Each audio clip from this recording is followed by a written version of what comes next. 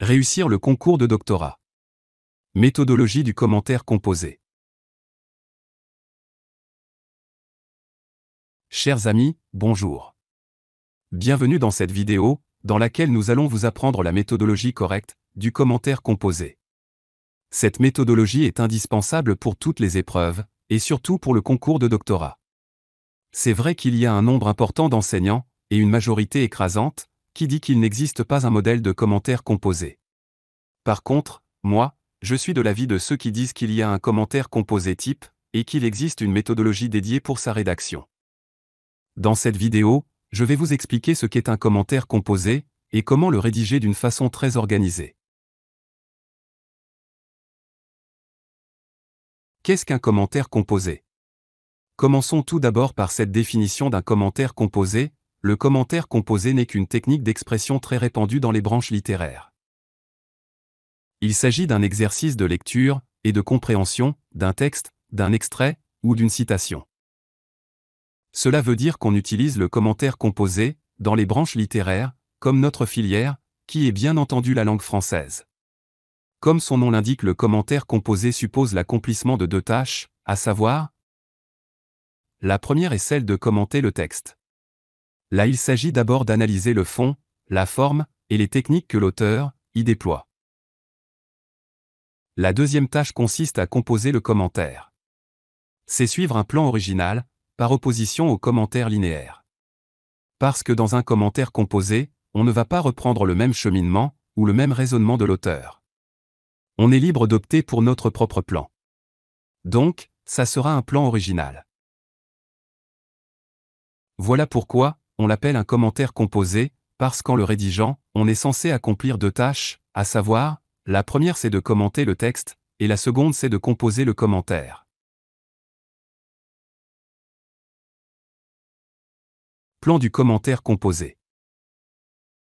Le plan du commentaire composé est formé de trois grandes parties classiques. Une introduction, un développement, et une conclusion. Mais ces trois parties doivent être entièrement rédigées, sans abréviation, ni symbole, ou caractère mathématique. C'est-à-dire vous n'allez pas mettre titre 1, introduction. Titre 2, développement. Titre 3, conclusion. Et à l'intérieur, il faut éviter les abréviations, les symboles, ou les caractères mathématiques. Dans la rédaction du commentaire, il faut voir les trois blocs séparés et aérés. Il est conseillé de commencer chaque partie par un alinéa, en laissant un petit espace avant le début du paragraphe ou du bloc, à savoir l'introduction, le développement, et la conclusion. Il est aussi recommandé de sauter une ligne après chaque bloc.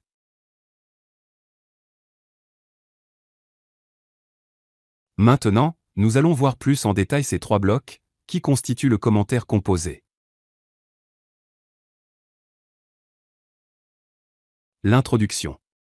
Cette première partie, ou ce premier bloc est la partie qui attire le plus votre correcteur, donc essayez de la rendre plus attractive.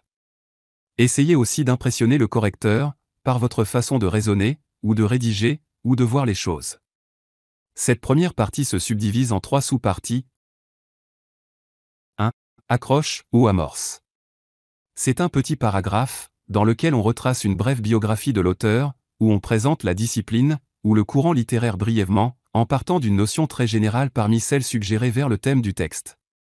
Par exemple, si la teneur de la consigne, ou de la citation parle de l'approche communicative, on va sûrement parler des méthodologies de l'enseignement du FLE, dans l'accroche. 2. La mise en contexte. On situe le texte dans son contexte, autrement dit, on présente l'auteur ou la discipline, ou le thème du texte, ou de la citation, ou de la consigne, qui nous a été demandé. 3. La problématique et l'annonce du plan. Vous allez formuler une question de problématique générale, qui va guider l'étude de texte, puis annoncer de façon explicite à l'aide des connecteurs logiques les différents moments de votre analyse, en commençant par « d'abord nous allons étudier »,« dans un premier temps nous allons faire cela », puis « et enfin ». Le développement. Le développement est la partie la plus épaisse du commentaire composé. Nous allons vous donner des règles à suivre pour réussir sa rédaction. La règle de base. Chaque paragraphe exprime une idée, avec un mot-clé, et un exemple précis. Règle importante. Dans la rédaction du développement, il est indispensable d'utiliser les connecteurs logiques, assurant une transition entre les paragraphes, pour pouvoir montrer au correcteur que le cheminement ou raisonnement est logique. Le nombre de paragraphes permis. Le développement peut être fragmenté en 2 paragraphes et peut aller jusqu'à 5 au maximum. Chaque paragraphe ou partie du développement doit être annoncé clairement par une phrase simple du genre « Il s'agit maintenant d'étudier », passons à présent à « Il est question maintenant », etc. L'exemple ne vient qu'à la fin du paragraphe, d'abord on expose l'idée à l'aide d'un mot-clé, puis on illustre, on ne commence jamais par l'exemple. Les exemples tirés du texte devront être brefs, et aller vers l'essentiel. La conclusion. La conclusion doit être clairement annoncée par un alinéa, et par une expression comme « en conclusion », en guise de conclusion, pour ne pas conclure, nous concluons par dire « à la fin de notre commentaire ». Ce sont des expressions et des phrases qui annoncent clairement votre conclusion. La conclusion comportera 2 sous-parties, visibles aux alinéas en début de paragraphe. La première sous-partie. Il s'agit d'une phrase de récapitulation claire, dans laquelle on va récapituler ce qu'on a exposé dans notre développement. Je vous donne un exemple. Afin de montrer. Nous avons d'abord vu. Puis analysé. Afin d'observer, et enfin. Ce sont des expressions qu'on utilise souvent dans notre conclusion. La seconde sous-partie. Une phrase d'ouverture, ou de questionnement plus large. C'est une sous-partie inévitable dans votre conclusion. Insertion des citations.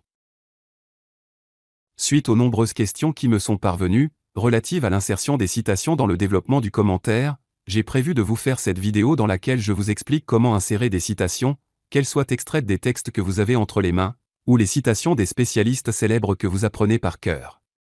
Mais à une seule condition, que la teneur de cette citation aille avec la consigne qui vous a été donnée.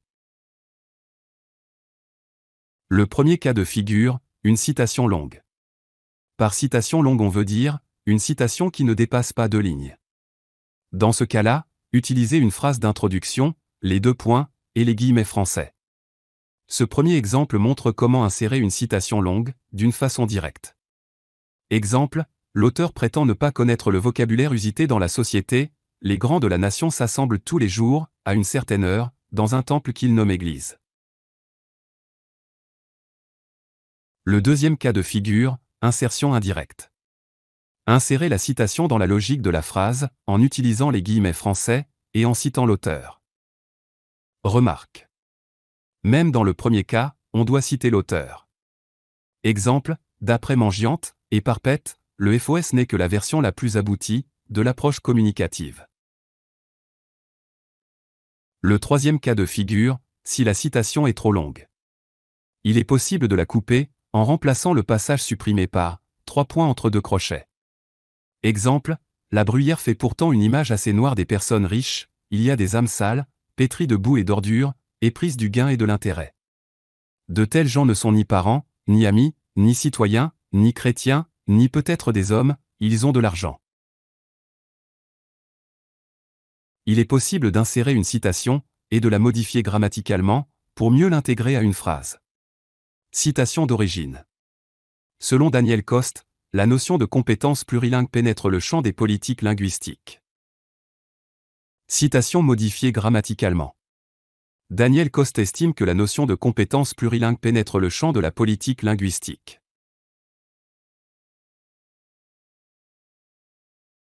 Je vous remercie d'avoir suivi ce cours jusqu'au bout. Il ne me reste plus qu'à vous souhaiter une très bonne chance, et un très bon courage. À la prochaine, dans une nouvelle vidéo. Veuillez mettre en commentaire vos suggestions, ainsi que les sujets que vous souhaitez voir traités.